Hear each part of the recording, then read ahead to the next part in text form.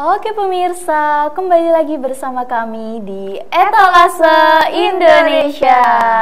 Wah, di tengah-tengah kita ada siapa nih, Indah? Wah, udah ada narasumber kita hari ini tentunya, Eka. Wah, jadi kali ini kita ditemani oleh Dokter Hans. Halo, Dok. Halo.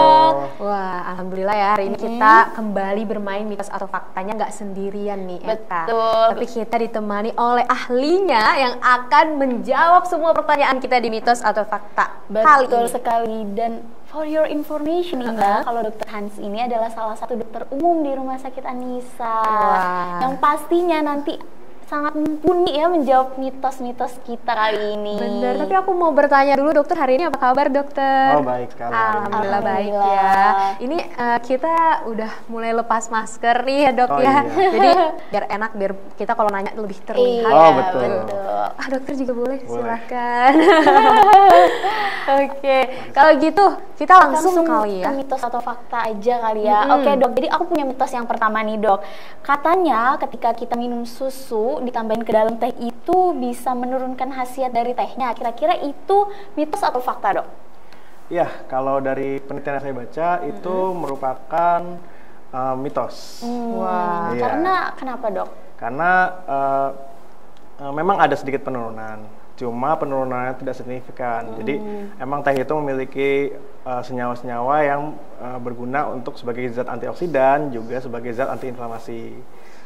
Dengan mencampurkan dengan susu itu memang menghambat sedikit, namun bukan berarti tidak jadi berkhasiat gitu loh. Jadi hanya sedikit saja.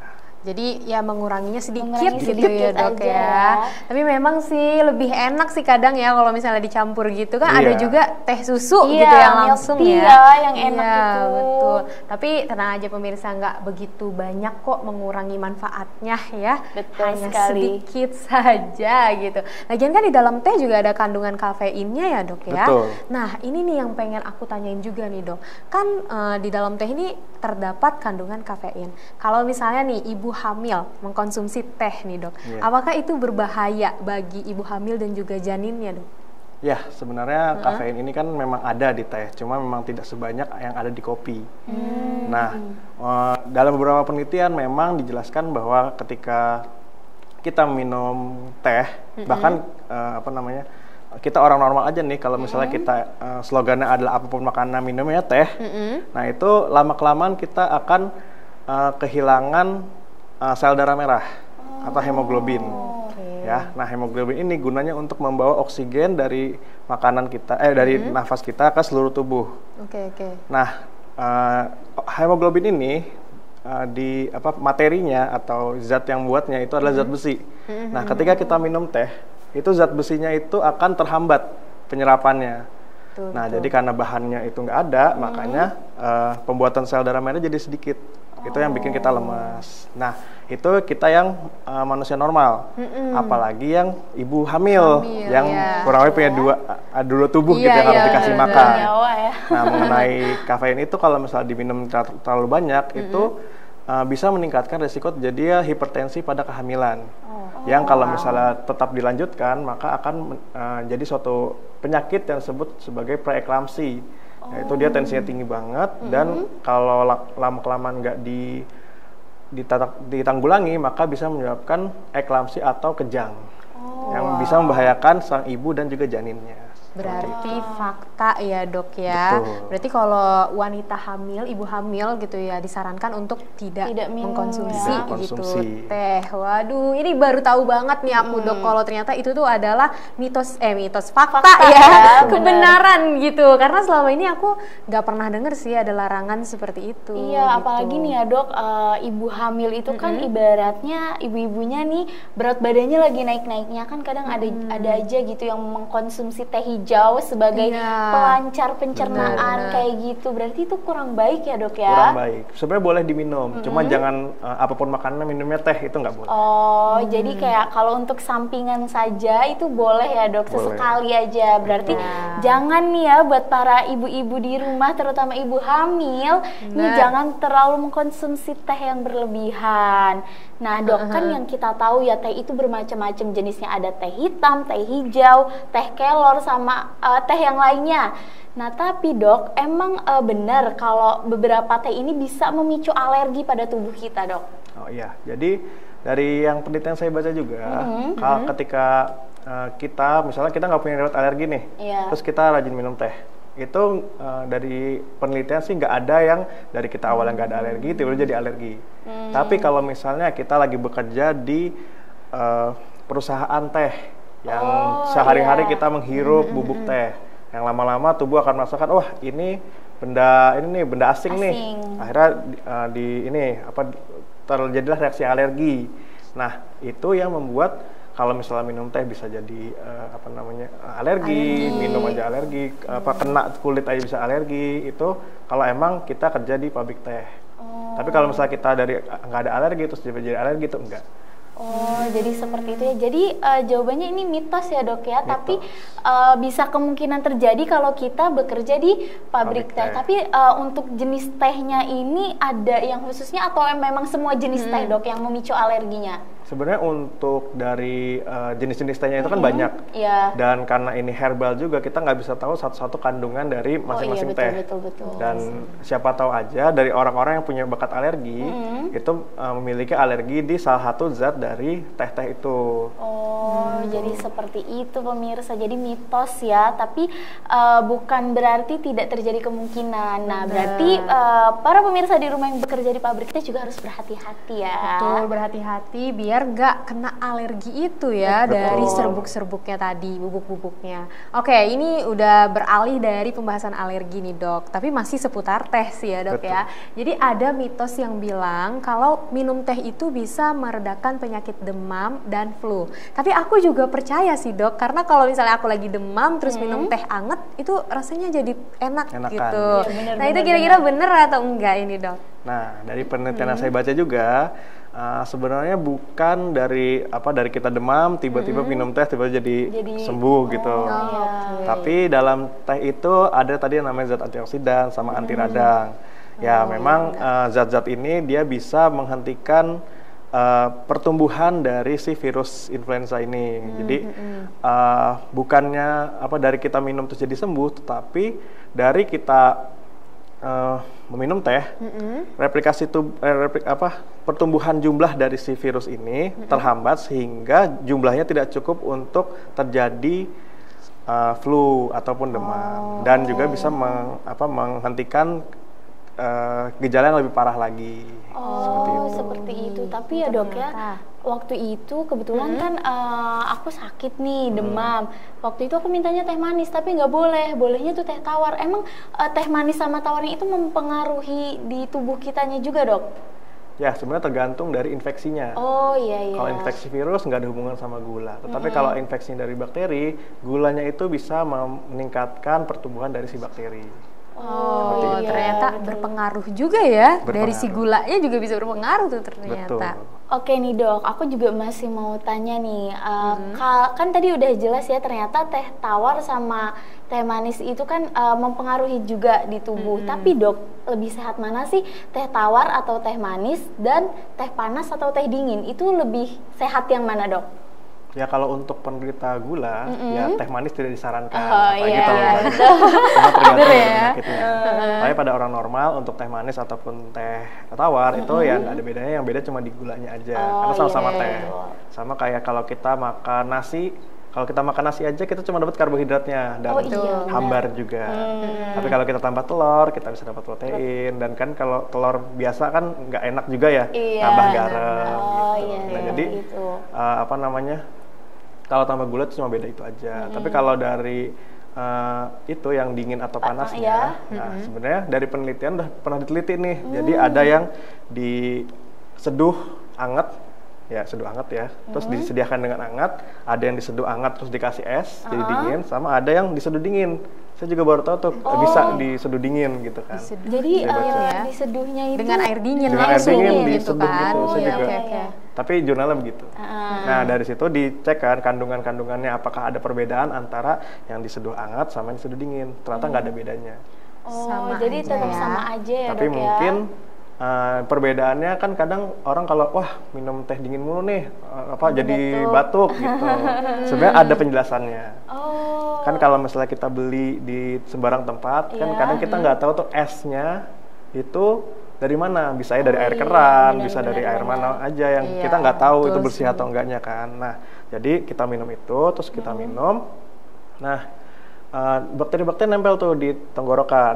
Nah, dengan dingin ini mengecilkan pembuluh darah yang akan menekan respon batuk kita sehingga radang itu semakin makin. Berarti itu ya yang mempengaruhi kenapa kalau sering minum es kadang malah radang kita tuh ini ya kambuh gitu. Oke, nah berarti ya dok kan gak ada hubungannya nih panas atau dingin. Tapi kalau aku kadang kan mindsetnya kalau minum yang anget itu biasanya lebih baik ya. Terus bisa bikin diet juga. Kalau orang diet katanya minumnya harus yang anget-anget nih dok, aku tuh pikirannya. Sama ada satu lagi nih dok, aku suka campurin teh sama lemon nih dok. Nah itu kira-kira ada nggak dok khasiat atau misalnya efek samping dari mencampurkan teh dan juga lemon itu dok? Nah itu kembali lagi ke yang tadi. Yang tadi kalau misalnya kita makan nasi kita cuma dapat karbohidrat. Kalau kita makan pakai telur kita tambah proteinnya juga. Nah dengan menambahkan lemon itu kita menambahkan vitamin C. Oh iya, benar. Memang vitamin C. Nah, vitamin C ini juga meningkatkan antioksidannya juga dan juga ada efek-efek bagus seperti apa namanya? Ya bikin tehnya jadi nggak pahit gitu-gitu ya. Tapi juga perlu diperhatikan bahwa kalau minum pakai lemon itu kan asam ya. Buat orang penderita mah jangan ditambah asam lagi karena kalau minum itu malah makin kembung. Betul. Tapi niat aku untuk diet dengan meminum itu apakah itu benar dok? Apa nggak ada hubungannya nih minum teh sama lemon bisa buat orang diet gitu? Kan katanya juga lemon itu bisa menjadi salah satu peluntur lemak dok. Dia bilang tapi gitu itu kan. Sih dok, bener apa enggak dok? Sebenarnya waktu yang dibilang kalau lemon itu bisa melunturkan lemak itu kan dilakukan kayak semacam demonstrasi. Oh iya benar. Gimana kalau misalnya kita ngelihat ada gelas terus ada lemaknya dibersihin pakai lemon. Oh iya bersih. Terus jadi bersih. Benar. Tapi itu kan langsung langsung di ke lemaknya. Gitu Cuma ya. kalau ini kan udah di-out-outin sama usus ini efeknya ya sebenarnya nggak signifikan juga. Iya sih, tapi ya minimal mengambil vitamin C dari si lemon. Betul. Apalagi vitamin C juga bagus buat kulit ya. Betul. Oh iya dok, tapi dok katanya juga gini dok, kalau kita mau bikin lemon tea nih, tehnya itu jangan pas panas, dituangin lemonnya karena bisa merubah entah zat apa gitu yang ada di lemon jadi nggak berkhasiat. Emang itu benar dok? Sebenarnya nggak ada masalah sih mau nggak ada masalah juga. kan ya dok ya? Oh. Jadi berarti itu mitos juga ya dok, Betul. soalnya banyak banget dok, kayak waktu itu Eka juga ditegur sama mama, kamu mau bikin lemon tea tapi tehnya masih panas, lemonnya udah dituangin, katanya bisa mengurangi khasiatnya, ternyata itu mitos ya. Mitos ternyata ya, nggak ada hubungannya gitu. Betul. Nah dok, kalau kita beli teh-teh yang udah kemasan itu kan suka ada expirednya ya. Tapi itu bener nggak sih dok? Memang ada jangka kadaluarsanya atau beda lagi kalau semisal kita belinya yang teh tubruk? Tuh gimana dok? Kalau secara medisnya nih. Jadi saya pernah jalan-jalan juga kan, mau beli teh nih misalnya dari kota. Kalau kita beli barang itu terus biasanya harus lihat expired date-nya kan. Cuma setelah saya perhatiin di kotak-kotak teh itu biasanya bukan expired date, tetapi best before. Baik digunakan sebelum gitu ya. Jadi sebenarnya teh itu nggak ada kadaluarsanya. Nah, tapi emang kalau misalnya digunakan dalam jangka waktu yang panjang, itu emang bisa bikin rasa tehnya jadi nggak enak. Saking nggak enaknya mending gak usah diminum gitu loh. Dan maksudnya kalau misalnya kita minum setelah best before-nya, terus kita ngerasa ini pahit nih, wah ini mereknya jelek nih, gitu kan nggak bagus juga. Jadi lebih ke penggunaan tehnya itu ya dok, entah jadi pahit atau wanginya jadi nggak enak ya. Oh ternyata seperti itu. Berarti emang nggak ada kadaluarsanya ya. Betul. Teh itu ya. Kalaupun ada kadaluarsanya, itu lebih di kemasannya. Seperti kalau kita beli air mineral, ada expired date-nya. Air mineral kan nggak mungkin ada kadaluarsanya dong. Iya benar ya. Itu ternyata kadaluarsa di kemasannya atau ya campuran-campurannya yang bikin rasanya jadi enak. Oh iya betul. Tapi dok kan ini juga ada beberapa mitos ya, kalau teh hijau juga bisa menurunkan berat badan. Tapi kalau semisal diganti teh hitam itu bisa nggak dok? Sebenarnya kan kalau teh hitam tuh lebih pahit ya. Jadi habis kita minum itu kita jadi nggak nafsu makan. Oh iya benar. Karena mau makan lagi rasanya pun jadi Sepet. pahit. Iya sempet ya. Oh, kayak berarti efek dari rasanya Iya, sebenarnya. jadi bukan ke menurunkan berat badan, tapi lebih ke menahan nafsu makannya itu. Benar. Berarti mau pakai teh hijau, mau pakai teh hitam itu berpengaruh ke kita semua ya. Wah, ternyata itu ya, banyak banget ya mitos-mitos seputar teh ini. Tapi Dok, kira-kira ada pesan-pesan apa nih yang mau disampaikan sama dokter ke pemirsa di rumah? Ya, memang teh ini menjadi salah satu minuman favorit di Indonesia.